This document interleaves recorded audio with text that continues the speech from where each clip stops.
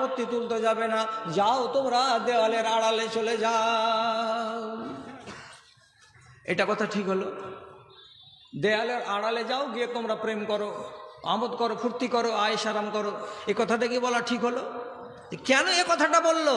ও যে বাবারে, এমন যুগের আমরা ইমানদার, সেই যুগে এর থেকে বেশি আমার ইমান কামনা করা যায় না। আমার থেকে এই ছেলেটার ইমান তো 80% কমে গেছে, আর সেই যুগেরই লোক আমরা, তাদের বাপ কিংবা দাদা, আমাদের ইমান এর থেকে আর কি ভালো হতে পারে? তার গর্দন ধরতে পারলাম না, তার গালে থাপ্পড় মারতে পারলাম না, তার হাতে আমরা রশি দিতে পারলাম না, তার মুখে চুন কালি লাগাতে পারলাম না। এই জন্য দুর্বল ইমানের একটা মানুষ কি পরামর্শ দিল যে তোমরা দেয়ালের আড়ালে চলে যাও, এর থেকে বেশি কথা বলার আর কিছু নাই।